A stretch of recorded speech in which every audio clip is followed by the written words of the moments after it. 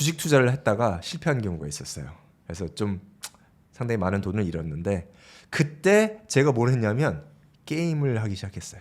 저는 생각했죠. 왜 내가 그때 게임을 했지? 생각해보니까 제가 배운 심리학적인 원리랑 딱 맞아떨어져요. 10심의 백시영입니다. 남기정입니다. 우리 아이들이 공부를 안 할 때가 있어요. 공부를 시작 안 하고 다른 것들을 이제 하고 있네. 아, 왜 이러지? 공부를 하면 좋을 텐데 이런 생각이 많으실 거예요. 오늘은 요 점에 대해서 말씀을 드려보겠습니다. 그 일론 머스크가 인터뷰한 게 생각나요. 동기를 어디서 찾냐? 그 일론 머스크는 동기가 많아 보이니까 게으르지 않은 것처럼 하니까 엄청나게 열심히 일하고 회사도 많고 하는 게 굉장히 많으니까 오, 게으름을 어떻게 이기시냐 얘기하는데 일론 머스크는 이해를 잘 못해요. 게으름? 동기를 찾는다고? 동기는 내 안에서 찾아야 되는데 내 안에 없는데 그걸 외부에서 어떻게 가져오죠? 그러니까 이해를 못해요. 질문 자체는. 동기를 찾는다고 얘기하지 마세요. 동기 없으면 동기 없는 겁니다. 이렇게 얘기를 하는 거예요. 그래서 이걸 딱 들어보면 논리적으로 정확히 맞죠. 동기를 어디서 찾습니까? 동기는 스스로 가지고 있어야 되는데 무엇인가 자기가 원하는 걸 하는 거 아니에요. 그거를 어디서 찾아요? 자기가 원해야 되죠.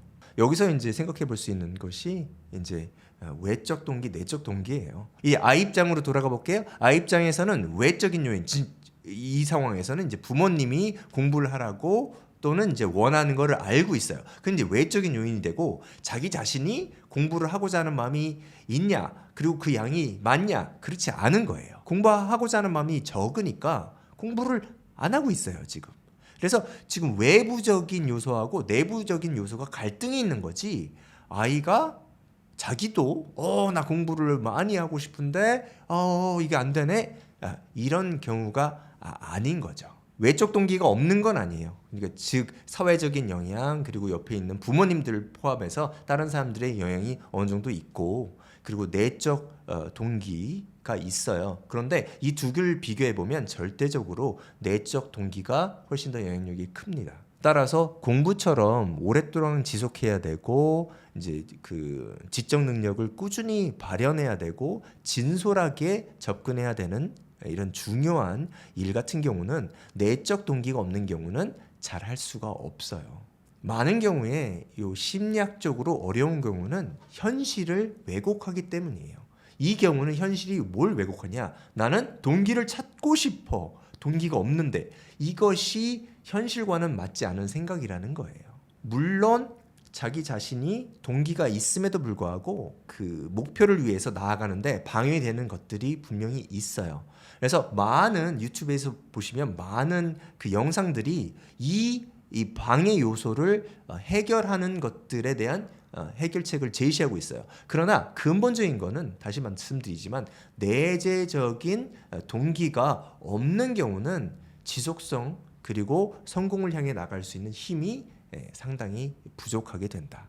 따라서 지금 공부에 위해서 내적 동기가 없다. 그러면 이거를 크게 만들 수 있냐? 이거는 할 수 없다고 보는 게 맞아요. 그래서 저는 이 얘기를 우리 남 원장님과도 할 때가 있는데요.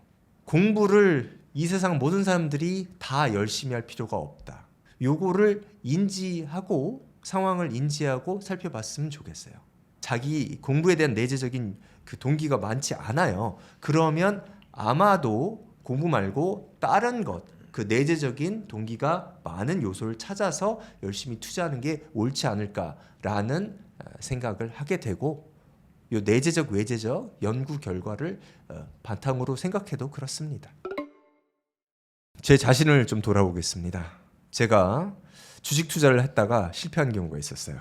그래서 좀 상당히 많은 돈을 잃었는데 그때 제가 뭘 했냐면 게임을 하기 시작했어요. 주말에 앉아가지고 몇 시간씩 게임을 하는 거예요.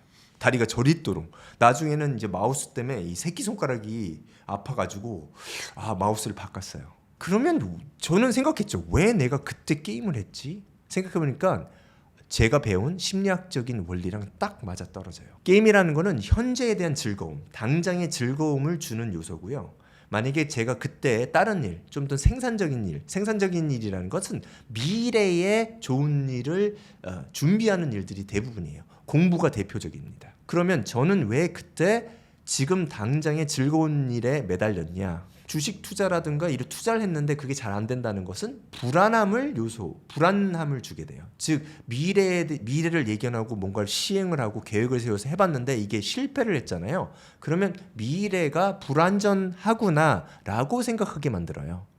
따라서 미래가 불안전하기 때문에 나의 예상하고 지금 노력을 해봤자 미래에 보상이 없다고 생각할 수 있으니까 지금 현재에 그냥 즐거운 걸 찾게 되는 거예요. 아이들이 게임을 좋아하고 지금 당장 무엇인가 즐거움을 찾는 데는 이런 이유가 분명히 있습니다. 그러면 어떤 환경에서 아이들은 미래에 대한 투자, 즉 공부라든가 생산적인 일을 할 수가 있을까? 경험하고 환경이 중요한데 어떤 것이 돼야 되냐면 안정적인 환경이에요. 여기서 안정적인 거에 중요한 건 뭐냐면 아이가 안정적이어서 지금 미래에 대한 투자를 하면 그 미래에 대한 투자의 결실이 올 것 같다라고 느낌을 줄 수 있는 환경이나 경험이 필요한 거죠. 이것은 실제로는 굉장히 일찍 시작됩니다. 뱃속에 있을 때부터 시작돼요.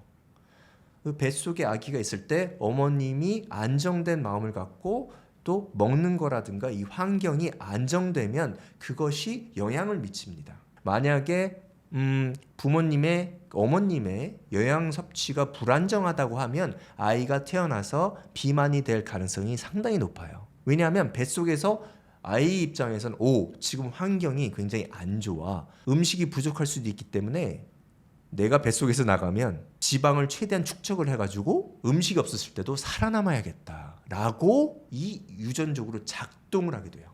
유전자의 작동 원리가 이렇습니다. 이건 비단 비만뿐만 아니라 그 아이의 행동에도 영향을 미치는 거죠.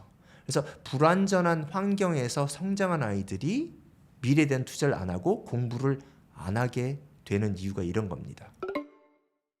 또 이제 아이들이 무엇인가를 시작을 안 하거나 계속 지속적으로 이제 공부인 경우, 공부를 이제 열심히 안 하는 경우는 자기에 대한 이제 평가가 왜곡돼 있는 경우가 있어요. 어떤 일을 수행하려면은 자기의 능력이 필요하죠.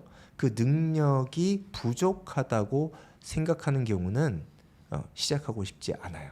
지속하고 싶지 않아요. 그런데 여기서도 왜곡이 올 수 있는 게 자기 자신을 과소평가하게 되면 나는 능력이 부족하니까 동기가 떨어지게 되죠. 그거를 무의식적으로 또 의식적으로 원할 때가 있어요. 외부적으로도 핑계가 될 수 있거든요. 저는 이걸 할 수 있는 능력이 없어요. 할 수가 없어요. 그래서 지금 못하는 건데 왜 저를 비난하십니까? 보통 이게 선생님들이나 또는 부모님들께 하는 핑계가 될 수 있는 거죠. 그래서 이런 상황에서는 실질적으로 능력이 부족할 수도 있으나 자기 자신의 능력을 이제 낮게 평가하고 공부의 목표에 대한 성공 가능성이 낮다고 생각을 하면은 동기가 부여가 잘 안 되고 왜 성공 가능성이 낮으니까 내 시간과 노력을 투자하고 싶지 않다 이렇게 이제 생각을 하게 돼요. 여기서는 뭐 성공에 대한 두려움 또는 실패에 대한 두려움 이렇게 생각하시면 돼요. 요인이 분명히 있거든요. 실패를 했을 때 그 목표를 세웠는데 그 목표를 이루지 못할 때의 그 슬픔과 고통 그리고 사회적으로 이제 올 수 있는 무언의 또는 유언의 비난들 이런 것들이 두려우니까 시작을 하기가 어려운 거죠. 그리고 경우에 따라서는 이렇게 또 발현이 되는데 자기가 성공할 수 있다고 생각을 하면 열심히 해야 된다는 걸 알고 있어요.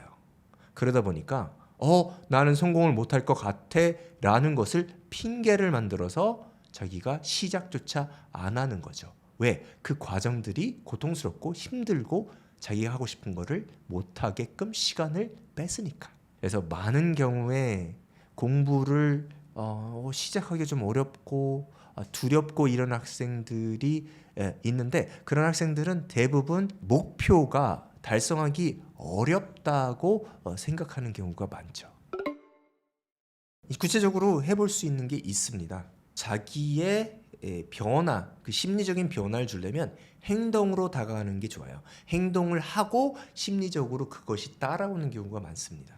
그래서 구체적으로 할 수 있는 건 한 4가지 정도로 말씀을 드릴게요. 인지행동치료, CBT에 근거한 건데요. 첫 번째로 말씀드릴 수 있는 거는 작은 목표를 세우자.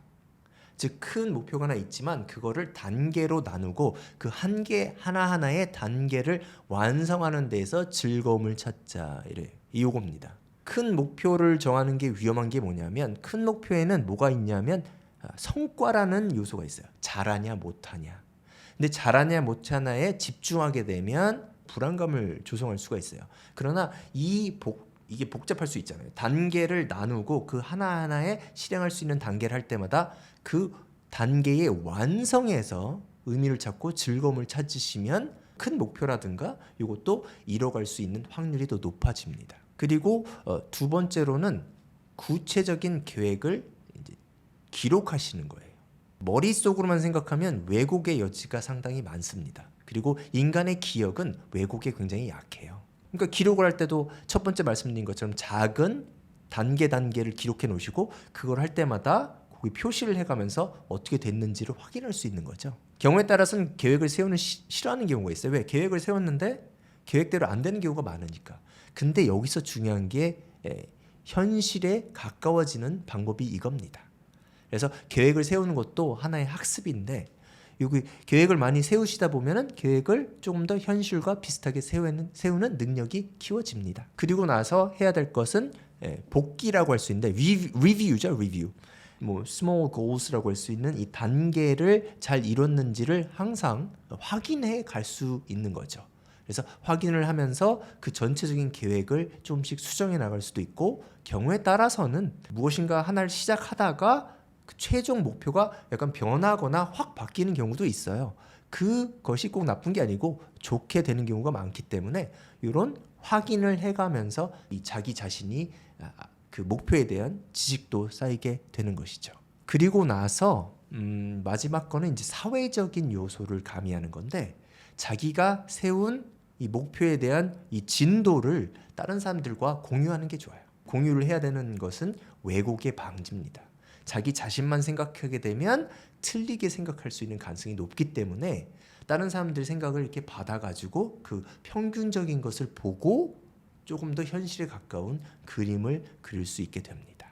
그래서 아이들이 뭔가를 시작할 때 난 능력이 부족해서 이거 못할 것 같은데 이런 거 생각 충분히 할 수 있고요. 뭐 핑계가 될 수도 있지만 뭐 핑계는 이 정도 핑계는 어른들도 다 되고 저도 많이 하는 경우예요.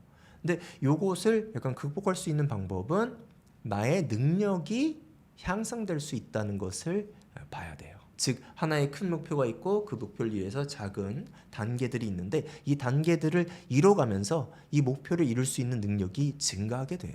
이렇게 생각하시면 되죠. 지금 능력은 부족하지만 계속 노력하다 보면 나의 능력도 좋아져서 이거를 이룰 수 있을 거야. 이렇게 생각하는 것이 현실에도 맞고요.